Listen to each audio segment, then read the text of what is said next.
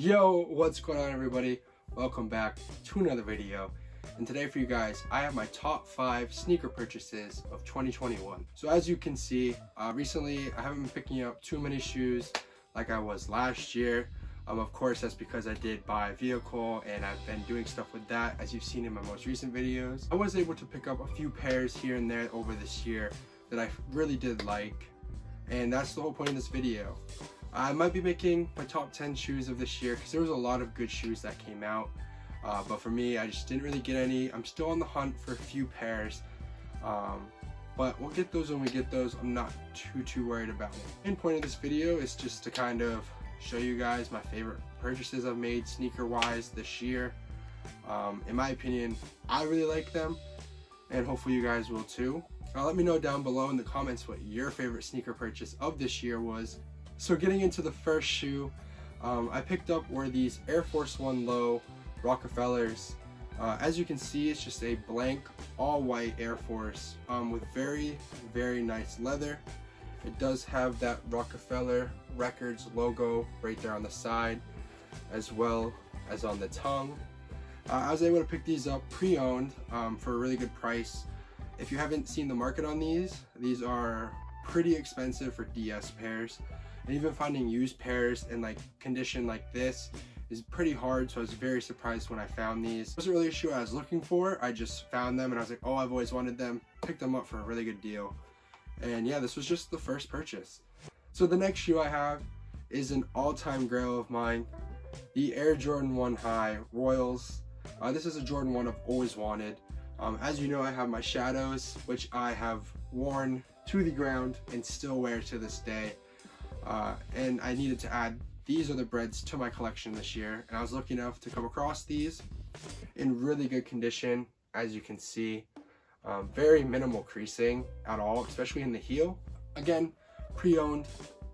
Got these for a really good price. I don't really like to buy DS shoes just because, I don't know, I just feel like once you wear them you lose a lot of value, and buying pre-owned saves you. You can wear them and still get your money back most of the time. I would say this is my second favorite pickup of this year. So obviously these are not in any order. If you haven't seen, the new 2.0s are coming out. Of course, for me personally, I of course like these more, but I guess I am a little biased. Here's just a side-by-side of the Shadows and the Royals. I still like the Shadows more personally. They're my all-time favorite Jordan 1s. But you can never go wrong with Royals. And let's get into the next shoe. So the next shoe is something a little different.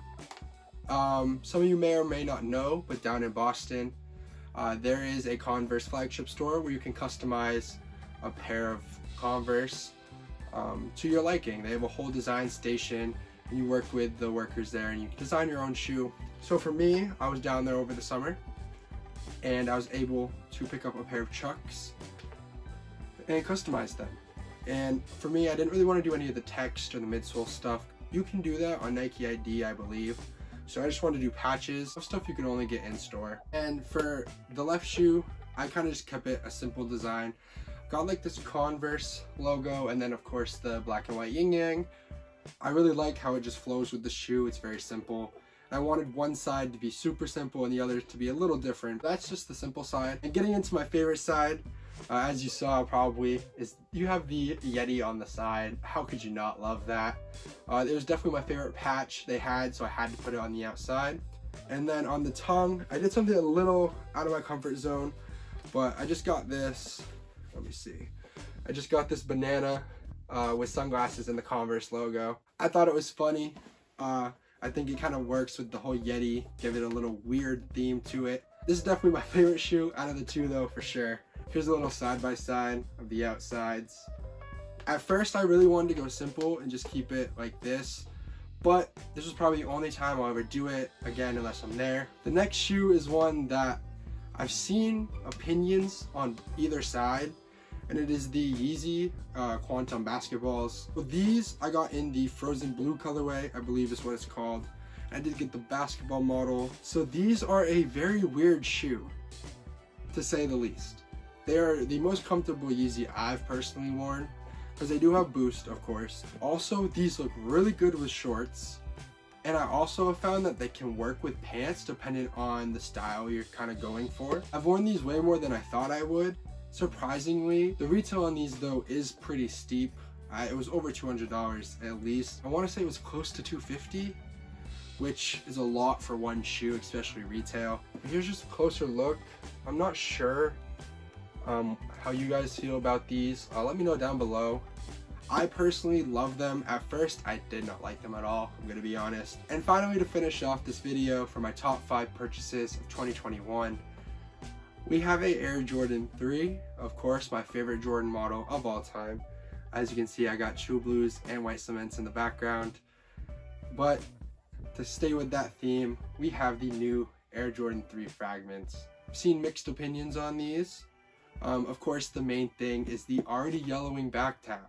I don't even think they're a year old. They might be. I don't remember if they came out this year or last year. This is a shoe I've wanted since release. Wasn't able to get it for retail, just kind of waited. Finally found a pair in my size, pre-owned for a really good price. So I just picked them up. And of course, that back tab, along with them just being simply black and white, kind of makes people, I wouldn't say not like them, but not go for the resale. I think that's why the resale just isn't there. I know in my size 13, it's under 300 right now. If you haven't noticed, even DS pairs are yellowing on the back. So that's why I went pre-owned. They're very lightly worn, as you can see, and yellowing. But I knew if I bought a used pair, they'd probably come in yellowed anyways. So I was just like, I'll save myself quite a bit of money, buy a used pair. Again, little sneaker tip there for you, for any of you newer sneakerheads, or just anyone into shoes. If you're not comfortable buying pre-owned, that's 100% okay. But if you are, just get some cleaning supplies and buy used rather than new, because you're gonna keep that value of a used pair. Just clean it up a little bit when you get it. And of course you can switch the insoles. There's a whole process I do when I buy used shoes. So let me know if you want to see that video on my process of buying used shoes, because of course you want to definitely deep clean them and everything. And I can make a video over that if you guys would like. That's gonna do it for my top 5 sneaker purchases of 2021. Let me know down below what one was your favorite, and of course, like I mentioned before, what your top sneaker purchase of this year was, retail or resale.